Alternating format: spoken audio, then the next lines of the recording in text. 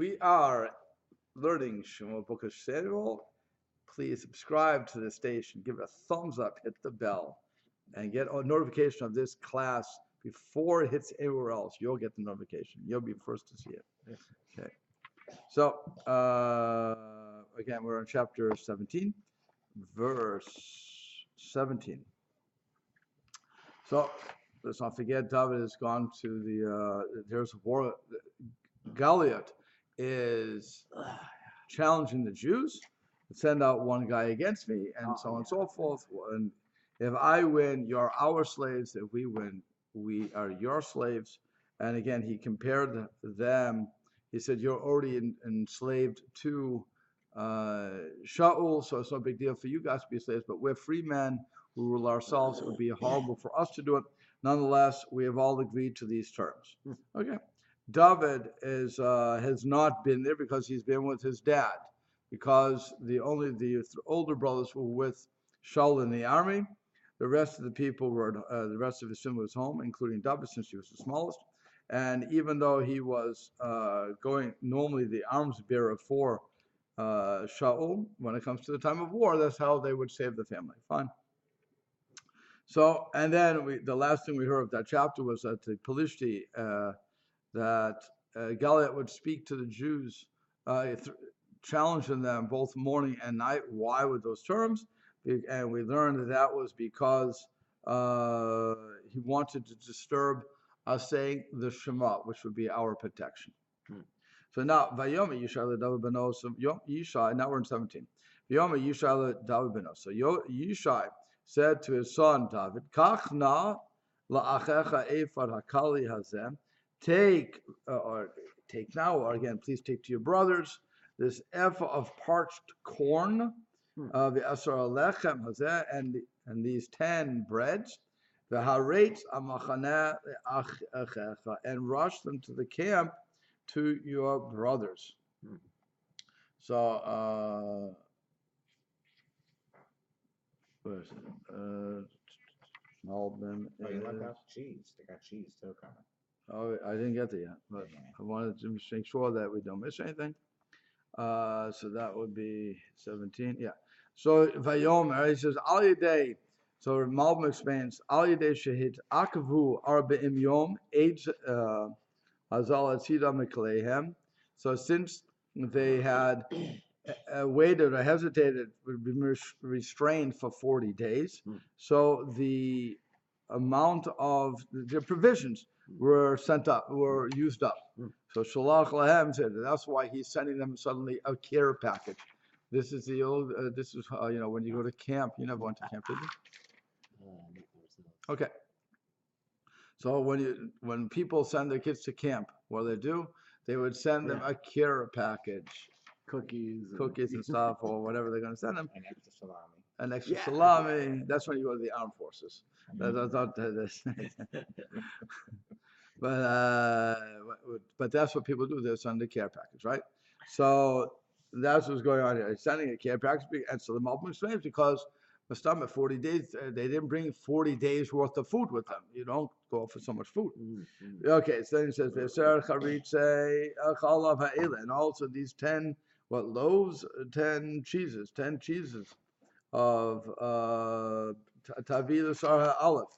So that you're going to bring to the officer of the 1,000, the captain of the 1,000.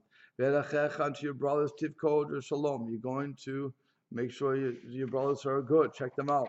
Yet Arubatam Tikach. And you're going to take, says, tidings. Tidings for their welfare. Okay. Hatzalah. So he says, then the Malbim continues, if he add Begam Shalach, Biado Mincha, not only did he send a care package to his kids, but he's also sending a gift to the captain of the 1,000s, V'sival Livkot Shalom Chav, the Kachat Aruvatam. He also commanded him to check out, bring peace to, greetings to his brothers, make sure everything's good. And Shaluhu Ladat Haradak, Shishalem Chavatom, and this according to the Radak, he was paying off their debt. Sheikach Hazarav Mashkanot Shenatnus, and he was returning the Mashkon is when you take a loan, you give me collateral. The collateral, Dar Chachmen is Zichronim, and according to the rabbis, Shiavi get Kritut Shehem. He was bringing them a get for their wives. Okay, so what happens? These kids are married, right? And so the rabbis say that in a war, what Yishai was doing was telling the boys, since you're in war, you have to give a get to your wives. You have to give a divorce writ to your wives, because in case Pending or for sure gone?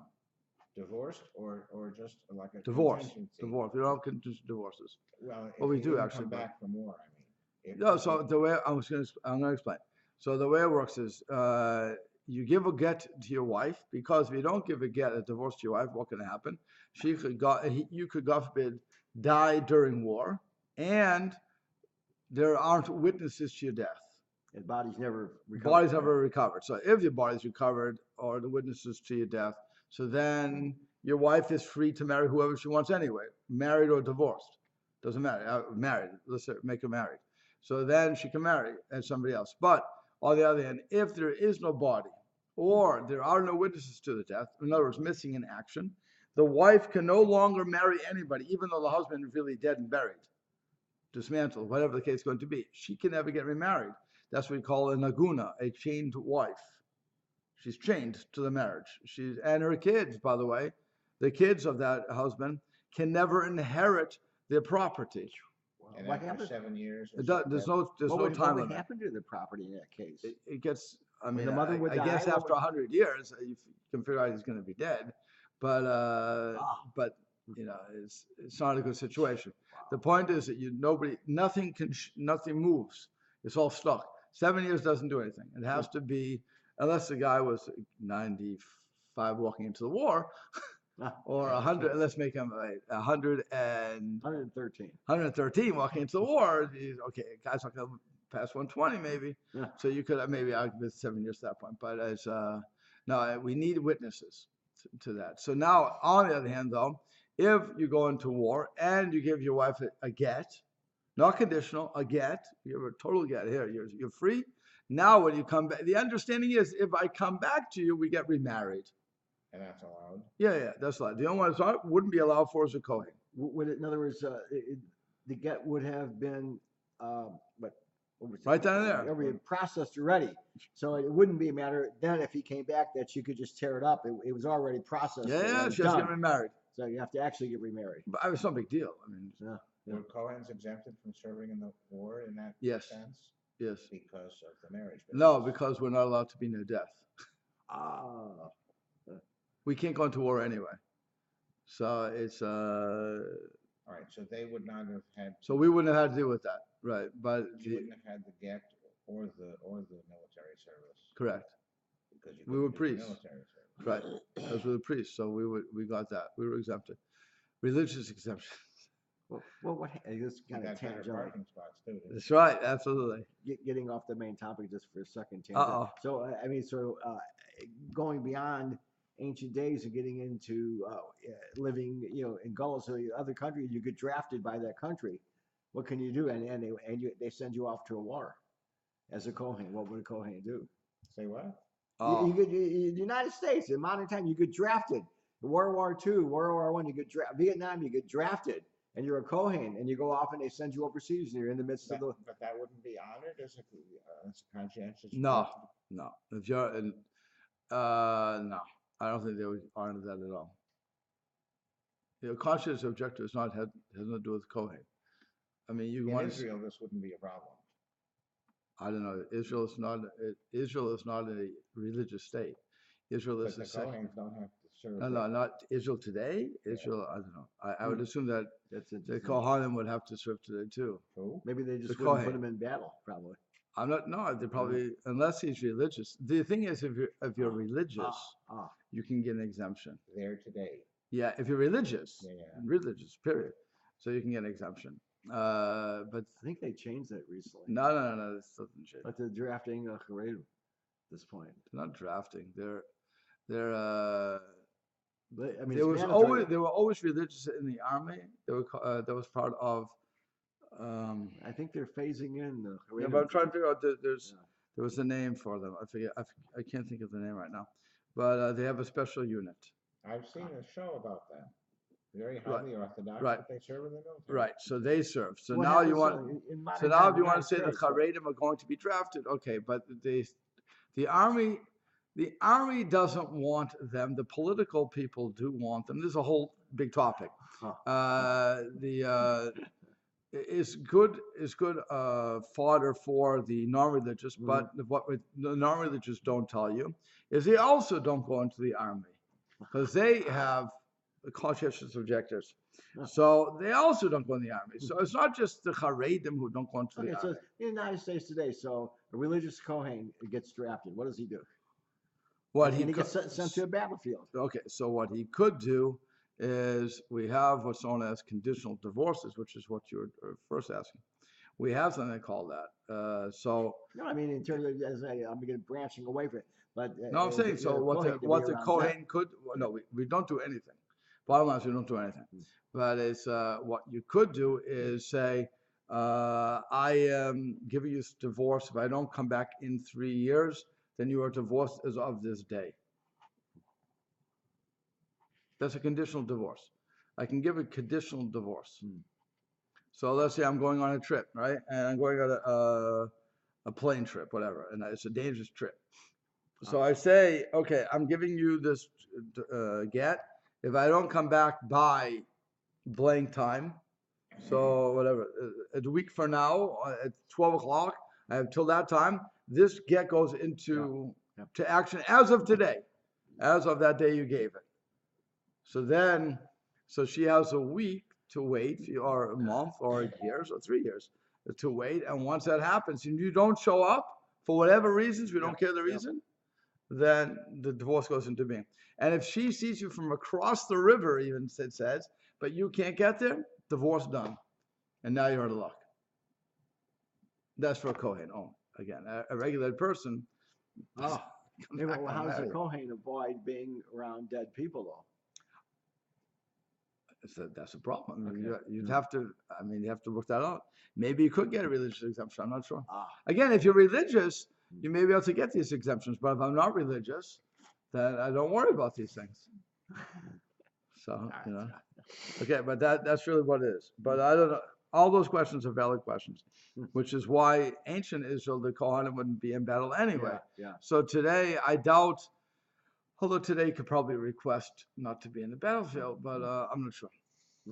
I'm not. I have no. It's the only one to ask. The only one who would have probably the one to ask would be the shlicha at the. Maybe I can give her a call afterwards and ask her what would they do for the Kohen. There's two different arguments. You could also go on to say, well, there's support jobs that don't involve battlefield presence. Right. The other thing is, there are those who would say, well, if you're doing that, it's still, it could be seen as sort of, you're still supporting the effort. No, there's no problem with just the effort. The effort's fine. But the question is, how do I keep you out of death? Yeah. Away from it. So if I could make it, I mean, in the old days, the WACs, would the WACs go into war? No. They didn't went to battle. They were secretaries, That's right? Right. So the women went in. Taking over the desk jobs for the men. Right. That's all. So that would be what it is. So the WACs of they don't even have WACs anymore. I think. You know what WACs are, guys? Those women in the military. They were Women's Army Corps. Women's Army Corps. There It you go. wasn't Air Corps? Oh, that would be WAF, Women's Air Force. Yeah, well, I don't know. And then Okay. the Navy was But the point way is, up they there, didn't so- go into battle in those days. Yeah. What they did was they Yeah. took the death drops. Okay. Let's go on. Yeah. Yeah. So that was that. I said all that. Fine. Okay. So now the Shaul, the Hema V'chol each Shaul. So Shaul and they and all of the men of and every man of Israel, Be'emek ha'ela were in the valley of Elah, the valley of the Terebinth, he says. Okay. Nilchamim im ha'polishim. So they were where the battle with the police. Why we have to hear that again, we'll find out. It says, Shal, Gam Zem Divrei Aviv. Oh, so why we have to hear it again? Because, as the Malbim explains, these are the words of his father, Hodia lo Makomam. He's informing them of their place, Shehem be'emek ha'ela, that they are in the valley of the terebinth. Ki David Betzon lo yadamuma, because David was with the sheep. He didn't know anything. He was unaware of what was going on, which is also, it just shows you the mood. He didn't have WhatsApp, or he didn't have Facebook, or he didn't have this instant news going on. So he's sitting with his sheep in Beit Lechem, right? And they're fighting in Emek Ha'ela, which is not really that far away. It's maybe, 3 hours by car. But still in all, he's not aware that they're in the armed force, that the brothers are in battle array, which is, I don't know why, but he's not aware of that. He's disconnected. Just goes to show, back before, even during radio and World War I, it's hard to get into it, but during the Civil War, if you could be in a town a few hills over and you wouldn't know that there was a battle taking place down the river. The analogy I can think of is when the world seems to be falling to pieces all around you, no more than a couple miles away, it's just Tuesday. Correct. You are correct there with that. You could also have the war over a generation ago and not know it either. Like after the World War II, there were Japanese soldiers. They had no idea the war was over. They're still playing war. Okay. I don't know how you eat for that long, but they figured out a way.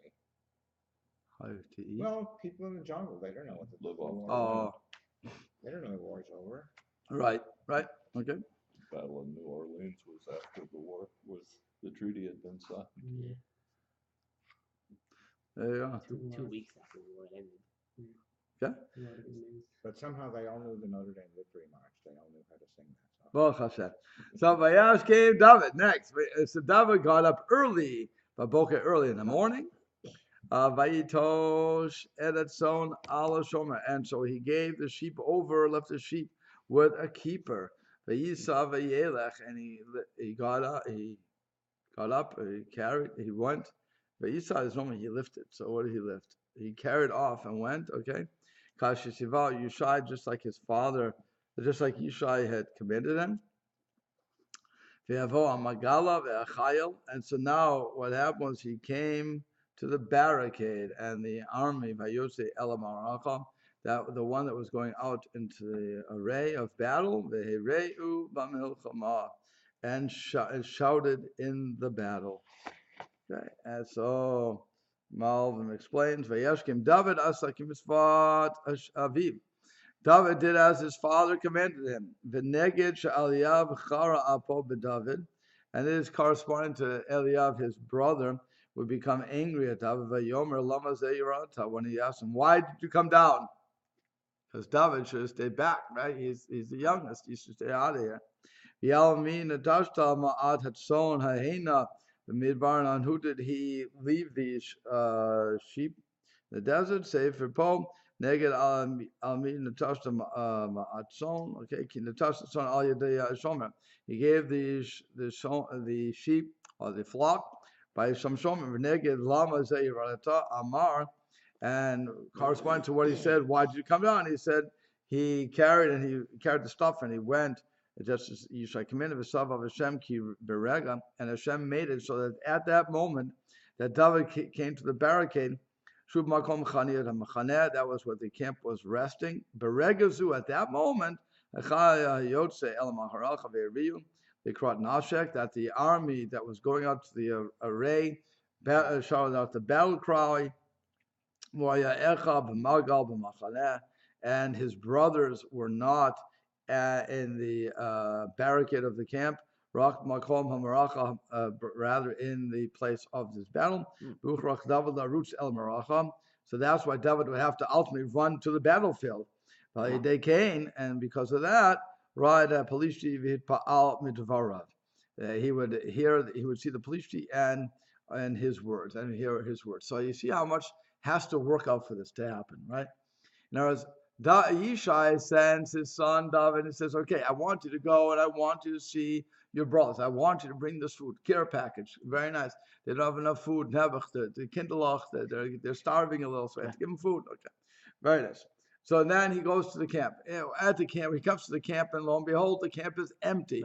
That's step number one. I have to get you, David, closer to here. God, need to get you, David, closer to here, Galiot, so you can become David Hamelech. Okay, you have to start your ascension, as it were. But I can't do it if you don't follow what's being set up here.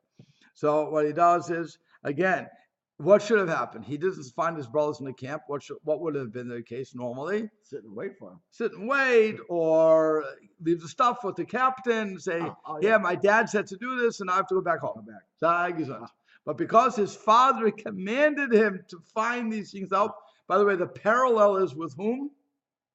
So, No, Yosef. Mm. Joseph was sent by his father to check out his brothers. Okay? Joseph, remember the storyline.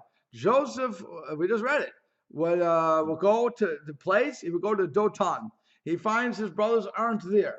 Somebody in the field says, what you looking for? And he says, I'm looking for my brothers. Oh, I heard them say they're going down to blank, wherever they were, Dotan. They're going down to, they went to Shechem first, right? I heard they're going down to Dotan. Oh, so that's where I'm supposed to go. He goes down to Dotan, they meet up, and the brothers see him coming, and they conspire. They rip his clothes, they throw him in the pit. He gets sold. And all that just to get him to Mitzrayim, which ultimately get everybody to Mitzrayim and start the whole process again. But God has to set that up in such a convoluted way that it's ridiculous. Because what should have happened when Yosef came to Shechem and he couldn't find his brothers, he should have turned around and gone back home. Dad, you sent me to Shechem. I couldn't find my brothers. Nobody knew who they were. I didn't have GPS. I didn't have MapQuest. I didn't have any of these things. I couldn't I couldn't call them on the cell. There was no reception. So I came home. That'll be normal. Okay? And so what happens? Oh, Hashem sends him somebody to give him a little more of a GPS. Okay, so and if you look at the language, my brothers, I'm looking for my brothers. Oh, your brothers? Who, instead of who are you? What's your name? Hang on. Can you describe your? No, we don't have any of that. So then they want to say he knew that the guy was talking to was a Malach. Oh, so I'm talking to a Malach. I'm talking to an angel of God. Okay, very nice. Okay, so now give me the directions. And then he says, I don't know. I'm not sure, but it could be. And he could have gone home. He doesn't go home. Same thing with David Amela. David, simple David here. David could have dropped the stuff off. So my dad told me to drop it off. My brothers are great. Tell me how my brothers are. Okay, everything's good. Good. Thank you very much. I go home. No, instead he runs because his father commanded him. I need you to check out what your brothers are doing. Okay? So that's, again, all this is, it's a Chad Gadya story. Chad Gadya is, it's all it is. Chad Gadya. Okay. So now let's, okay, so now, 21. V'taroch Yisrael u'Pelishtim. So now the Israel and the Pelishtim are again set up in array. Maracha, they called Maracha, army to meet army. And that should be a simple thing. I don't think there's anything here. No, good. Vayitosh David at a Kalim, may I love. So what David does is he puts down the vessels that are with him. He just puts them down. He left the baggage, right? Okay. Shomer Akalim. Now so he gives it to the guy who's guarding the vessels. So again, he's discharged his duty, as it were. Okay, just like the sheep he gave to a shomer, here he's giving now the kalim to a shomer. Let me just finish the verse, then he left. Then he runs to the battle. And he came. He says to his brothers, "How you doing?" Okay, yeah. So he just found another shepherd to leave the sheep with? Not another shepherd. The shomer. The shomer Kalim, the one who guards the vessels. yeah, this says No. He left his sheep with a shomer. He left the stuff with a shomer Kalim. Right, so So it's they- not a shepherd. No, but right. at the beginning, Yes, it's parallel. it's He- parallel. But did he just find another shepherd to watch out the flock, or was it one of his older, younger brothers? Because No, it said, so I hear you saying. So the answer, what he said over here, that he's left him with, where was it? It doesn't say who. Right, that's what it says. Right, it doesn't say who. It's just, I thought it was one of his brothers, because he was the youngest brother. right. So he probably put one of his, if you have that many sheep, you probably have a business. So I don't think it was just them. I think he probably had, he put some shepherd in front. He was probably the manager of everybody, Right. if you look at it that way. Yeah, so that was everything? Oh, you had a question? This just says the keeper of the baggage or something. Right. The word baggage. Right, okay. So like I said, so that's what's going on. So he goes to his brothers and says, hey, what's happening? Again, that's what his father asked. Checks him out. V'hu medaber imam, and he was speaking with them. V'hineh ish be'benayim ole Galiot. And while he was, there were men came up between them, namely Galiot. Okay.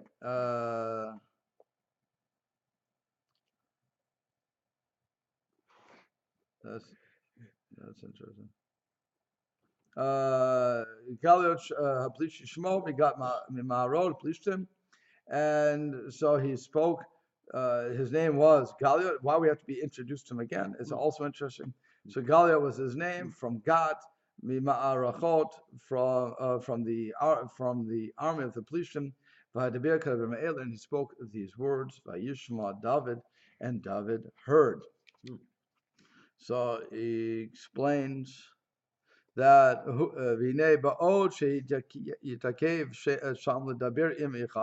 now since he took a little while because he he hung around so he could speak with his brothers. Yatsa Plishti, the Plishti went out. And here there are two differences. One, that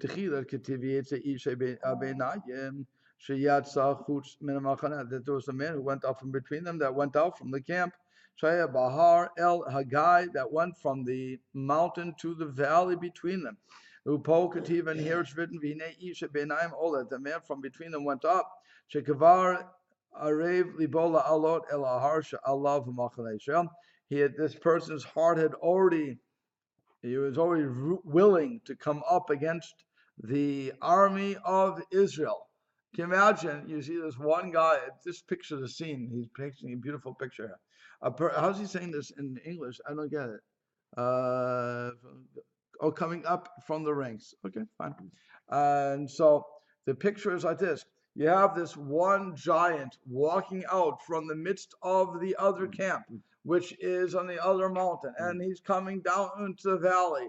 That's one thing. That's the first chutzpah. Then he's deciding, I'm going to go up the valley to you. I'm going to come to your camp. Talk about having guts. Broad daylight. Right? In broad daylight. Broad daylight. I'm sure you have no fear of you. I'm going like this, and I'm going to come right up to you. That's what the picture that we're getting from the Malbim is. After 40 days of not getting a retort, Right. It's not unreasonable. He's like, oh, I'll just walk. I'll walk right into you. Save That's you, it. save you. Right. So that's the first thing. Second thing is, right? He's not hearing me. Let me get closer. Okay. No, it's more of I know that I can beat you now. Right. So Ketiv Machano Pelishtim. So it's written from the camp of the Pelishtim. Po Ketiv normally. So here it's Ketiv Mima'arachot Pelishtim, from the army of the Pelishtim. So from the camp to the army. Kiata Kavar Archu Ma'aracha, because now they had already set up an array. And they wanted to start the war. Taruch Yisrael Pelishtim. So now both Israel and Pelishtim are set up. Now they would flee from before him. Because he would come up to them, he would approach them, and to the place, and they would run. That's what he was assuming. Okay? So now what happens? Vachol Yisrael, And all of Israel, every man of Israel, Bira'otam and Ish, when they saw the man by Yanusim Panav, they ran away from him.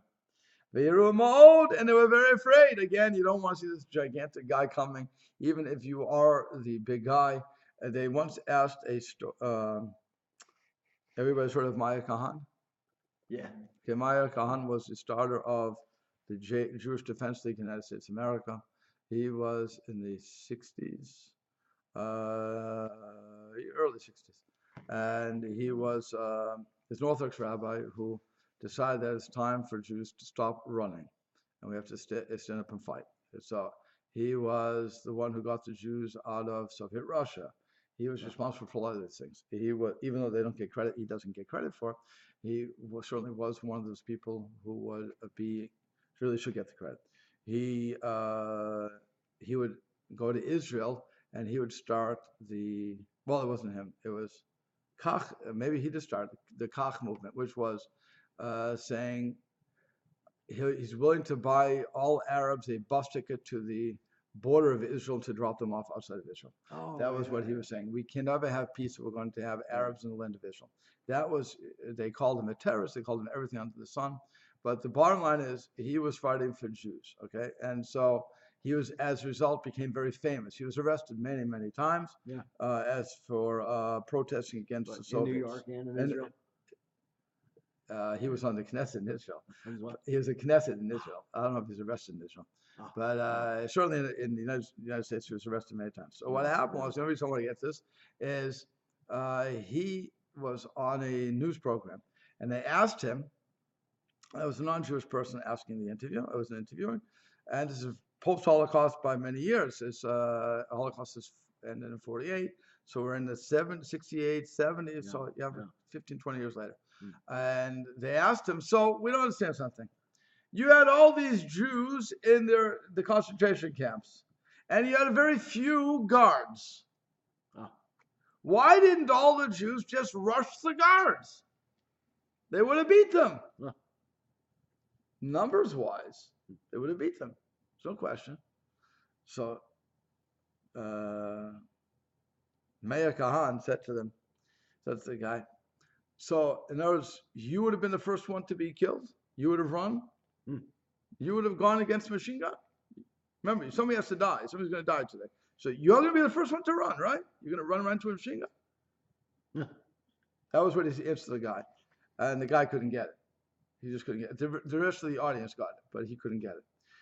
Well, the same thing is here. You can ask the same thing here. What? Goliath is one guy. Why is everybody afraid of him? Was he armed? Yeah, Goliath was armed. With what? He had the spear, all the armor and everything else. Helmet. This doesn't say anything. No, it did before. Remember, you have to remember the story in line. So he has all this stuff. He's gigantic. He has weaponry. He has all this stuff. He's looked like Rambo. You know, although Rambo's only 5'7". You would have had to rush him and attack him, and certainly right. And yet these people, you have all these Jews there, and they're saying, "I'm not going to die. I'm not going to die. What should I die for? Leave me alone." That's what Meir Kahan was saying. Somebody's going to die here. It's true we may get the guy in the end, but there's a lot of casualties as a result. Who wants to be the casualty? Maybe if we stay in the back, we can live. So that's why you're seeing, because it doesn't make sense. Why are you running? It's one guy. Leave me alone. So he's coming up to you. He's coming uphill. You can rush him down. Okay, but that's really what. That's why. Some of these interviews. I mean, some of these things I haven't read for 20, 30 years already. But those interviews stick in your mind when they come up with a good answer. Who wants to be the one to die today? And so they're saying, we don't want to die. We're not going to run. So, but that's what's going on. Again, the verses are very, if you imagine these verses, you can see what's going on. Vayomer ish Yisrael, so man of Israel said, Hari'item ha'isha olozeh. Do you, plural, do you see this man that is coming up, Ki lecharif Israel ola, that he's coming up to revile, how do they say it? To taunt Israel. And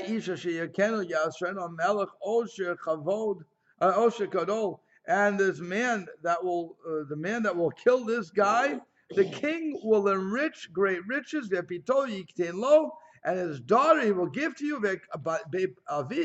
and to the house of his father, Yaseh Chavshi, he will make free be Israel, free in Israel. Oh, they're giving an offer here. Who wants to be the champion? Who's going to go down and kill this guy? Whoever does, we're going to make you extremely rich. You're going to get the king's daughter, and your family will be free. Not bad. Okay? Now, the question is, who's giving this order? So, where is it? The Malvins. Okay, we don't get that yet. The question is, who is, it was meaning he'll make him free. So, and those things which are made, and it's a matter of the kingdom, sort of, you get to tax-free life, I'm guessing. You don't have to pay the taxes, so you don't have to do certain things. Fine. Then it says, and then again, who's talking? The question is, so Metzudas David says, Berotam Ola, when they saw that he was going up, Amru, they said, Ela, each one to each to the other. Belashon she'ela in the language, in a questioning way. Ha'im atem notnim le'leponem ma'aseh ish. Do you give your heart to understand the matter, the acts of the person? The Ola is that's coming up. Ki Ola l'charif, because he's only coming up to taunt us. Yaseh chavshi mibli lavod. Okay, so again, he doesn't have to serve the king. He doesn't have to pay the taxes. So we don't know who's saying this yet. It's interesting. Does he say it? I wonder if anybody says it here. Because ultimately the king is going to say it, but okay. Huh? The Jewish soldiers are asking each other, can you see his intention of coming up here? You know, no, they're talking to each other. Right. They're talking to. Do Right. you know why he's coming? No, it's just to taunt us. Oh, okay. So we have to beat him. He's winning, because he's taunting us good. Right. Okay. They know what he's doing, but it's working. Yeah. They're at least self-aware. Yes, it's self-aware. Yeah. Vayomer David. So David said, Allah an Hashem ha'omdim imo, to the man that he is standing with. Lemor is saying, and he said, quote, Ma ye'aseh le'ish asher yakeh plishto halaz. What will be done to the man that kills this Pelishti? Ve'esir chirpa me'al Yisrael, and remove the blemish or the disgrace probably. Disgrace, thank you. Me'al Yisrael, from on Israel. Kimi a Pelishti Ariel Azeh, because who is this Pelishti? This uncircumcised on Pelishti. Ki Kerev Ma'arachot Elokim Chayim, who is taunting the armies of the living God. Okay. So David had a whole speech here. Okay. Living God opposed to the dead God? What? The living God opposed to the dead God? Yes. Idolatry. Oh, I see. Yes. Exactly. You have it perfect. Well, wouldn't that be dead gods, I guess? Sorry? They would be false gods. But you would call that right. His point is, God is a living God who can do anything, unlike their gods, which are dead. They're nothing. So Vayomer David Kavar. So the Malbim says Kavar be'arti zot. I already explained this whole thing in his other book. Very nice. He's advertising. He wrote a book called Artsot HaShalom, the Rosh Echad. Okay, I didn't know he wrote so many books, but apparently he wrote another book. Okay, so Ki David Amar, that when David said Zot, when David said this, K'mitmiya ala ish she'el ha'amoni, he was really saying it as a question to the Jews, a surprising question. Shechashav, he thought, Shalideh o she'ubad melech she'ya'ed l'meseach yimasei ish torel hilachem and Pelishtim. He thought that with the promise of riches and getting the king's daughter, that would arouse the person to want to fight with this Pelishtim. But David Heishiv ki ha'pa'ula gadola zo pa'atzma l'nekem mecharif, and David thought that this great act by itself, this would be a great act by itself to avenge the people, to avenge Hashem from this defiling of Hashem, and also the nation of God's host. Hu yoter yakar mikol rechush mikol matan. And this, bringing back God's glory, as it were, would be more precious than all the possessions and all of the gifts. Gadol. And this itself would be the great reward. Whoever could be successful in this great deed. So it's impossible. It should go up on the in the mind. So it's impossible to believe that should be paid for such a beautiful act and a happy thing like this. That he could do it himself. That was the greatest reward. That's what it says. What will be done to this man who can destroy this guy? Could it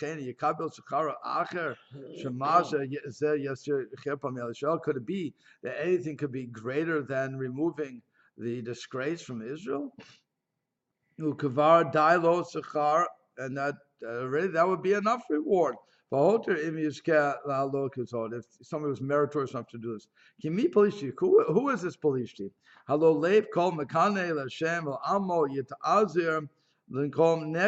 Because whoever is zealous or jealous for Hashem, and his nation would be girded with the strength to avenge this person.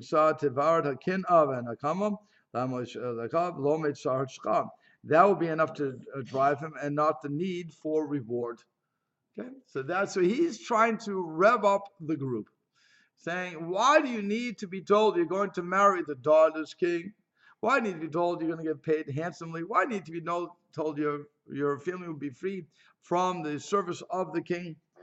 Is it not the greatest accomplishment to push back this uncircumcised Philistine? By the way, if you ever want to think about all these things, we always call, when we want to really insult somebody, at least in the old days, you would call him a Philistine. Ah, Or Nimrod. yeah. What? Nimrod. Nimrod, Nimrod you don't hear so much, but a Philistine I've heard many times. Yeah, You're yeah. a Philistine. And that was the ultimate insult, to say you're a Philistine. Yeah. All right, okay? And if you say uncircumcised Philistine, that would be even worse. But apparently, as Philistine even got into our lexicon. Yeah. I don't know, I haven't heard anybody use it recently, but it was into the movie lexicons. I remember some people saying he's a Philistine. Yeah, these things come and go like Polak jokes. Okay. It's out of favor right now. Polak jokes or Philistines? Both. Okay. I haven't heard Polak since Archie Bunker. See? Yeah. Okay. But that's the point is that there's a source. There's a source of it. You want to revile God. That's why he was picked on so much. Okay. So Vayishma Eliav. So Eliav, who was Eliav? Achiv Hagadol, his big brother. His big brother Eliav heard. But Dabra Allah Anashim, what his speech, David's speech to the men. Vayicharaf Eliav, David. Eliav was very angry. Was angry at David. Vayomer Lamazeh Yeranata. Why have you come down? Ve'almi Natashta Me'ad Hatzon. And who did you leave the small amount of sheep with? Hahina B'midbar that were in the desert. Ani Yadati Et Zedoncha. I know your impetuousness. How does it say it? I know your impetuousness. Okay, good. And the evil of your heart. Wow, he's really picking on his younger brother here. Because for the sake of seeing the war, that's why you came down. How did his brother know that he had brought sheep if when he got there? No, he didn't bring sheep. He said, you left the sheep. Yeah. How did he know there were any? He knows what his father has. Again, he's taking care of the father's sheep. Yeah, I know. David but was saying, by the time David arrived, the brothers were all gone, so I didn't know how they knew what he showed up with. no, David didn't bring sheep to the battle. All right. He brought food to the battle, Yeah. to the camp. He didn't bring the sheep. Left the He had sheep. left the sheep where they were, in the fields, the pastures that they were. What he did was he appointed a shomer, a guard, a shepherd over them, And that's it. So now the brother, when the brother sees him, he says, "You left the sheep at Dad's house alone. So they're, who knows where they are. You've come down, and don't think that you fooled me, that you're doing it because Dad sent you here. No. You're doing it because you want to see this. You're a bad boy. You're a bad boy. Yeah. The previous last lesson we had was I recall you saying something about him having 4 other siblings that weren't, but he was left home. The others With left home with 4 other 4 siblings, other yes. siblings who were they not fit to be guarding the sheep also? Or just dug in charge of that? Again, what I'm saying, That's as when you asked us last time, I said, I don't know, it could have been one of the brothers, or it could have been that they hired somebody because they were a rich family. He has 10 sons, right. 8 sons, 8 sons, and I don't know if there's any daughters in the mix, but 8 sons. He wasn't this poor guy. It was like Bonanza, you know? You guys watch Bonanza? Yeah. So you had little Joe and Hoss and everybody else, but they still had Yeah. ranch hands. They Right. were just I mean, Pup or whatever his name was. Well, I forget what his Cartwright. I forget Something like that. something Cartwright. Ben Cartwright was the older guy. He was the patriarch of the system. But then you have the 4 managers, and then they have the. I didn't know Bonanza was about the Old Testament. I had no idea. You didn't know that. That's you learn when you come to these classes. Okay. The map burns every week. I don't know how they got the same map every time to burn in the same way. Okay, but Everything's connected. everything's connected, right? But that's what you're looking at. Okay, so they probably had ranch hands. So you put a ranch hand How do in you say charge. Ponderosa in Hebrew? Ponderosa. Ponderosa. Yeah, same way. Spelled the same way too. Yeah, it would be. Okay. So okay. Well, I skipped a line. I'm sorry. I skipped a line. And it's the most I skipped important 27. Yeah. So the nation said to him, "Kadavar asel more," like this thing saying, "Ke ikoya asel isha ashiyakena." Thus will be done to the man that will hit him, will strike him. So that's when Eliav says, "Why'd you come?" Okay. So then, sorry about that. So 27. So he says, "V'yomelo am heshiva lo hein." So the nation answered him and said, "Your words are correct. She'im navid al hatachli that yotzim in pu'ula." That if you look towards the purpose that is going out from this whole thing, that will remove the disgrace from Israel. It's true that the person's not fit to receive reward, because this indeed is falls upon all of Israel from the side of religion and from the side of being jealous for God. No question. They said to him, "You're 100% right. 100% right. You're right. We shouldn't be getting rewarded. 100%. Good." Rock. Masha Amru ki ha'isha sheyekenu yekabel osher kavod gadol bat hamelech. But only that which we said, that the man that will smite this guy will receive great rewards and much riches, I should say. And the daughter of the king, this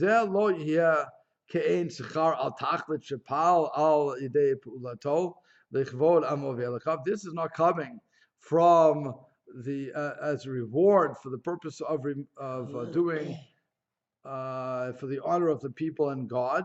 The only thing we're paying you for is to kill the guy. We understand that this is from Hashem. We understand we shall be doing it. But you know what? Again, who wants to be the guy who's going to go down and get killed? We know what we should be doing. No, it's theoretically, we know what we should be doing. And we know we should be fighting. And we know we shouldn't be rewarded for it. But we're looking for a hitman. And for a hitman, you have to pay. Yeah. Okay? So a person that appears, that is strong like this, that can kill another guy like this, besides the purpose that is going to help the children of his nation, is proper that he takes the king's daughter, V'ish chayil she'en kamo, because this guy is a soldier like no other. And that's why he's fitting to be so rich and honored from the side of his strength. So in other words, we want a hero, to use all these movies out there. We want a hero. We want a Rambo. We want all these guys who are going to go out there who's going to be able to take on this guy and beat him and kill him and get rid of him. And if anybody can do that, you know what? He deserves payment. And that's the payment we're going to give him. Again, why Shaul is not saying, it's my daughter. What do you become my daughter for? No, we're saying it's fit for your daughter to marry the guy. We're not saying you will. We're saying it's fit, it's proper. That a guy at that level, it's proper for him to marry the daughters of the king. That makes sense. Okay, so that's a beautiful way to fix that up. Then Eliab says what he said before, so I won't go through it. So now we're on to that one. In 28, when Eliab said to his brother, why'd you come down?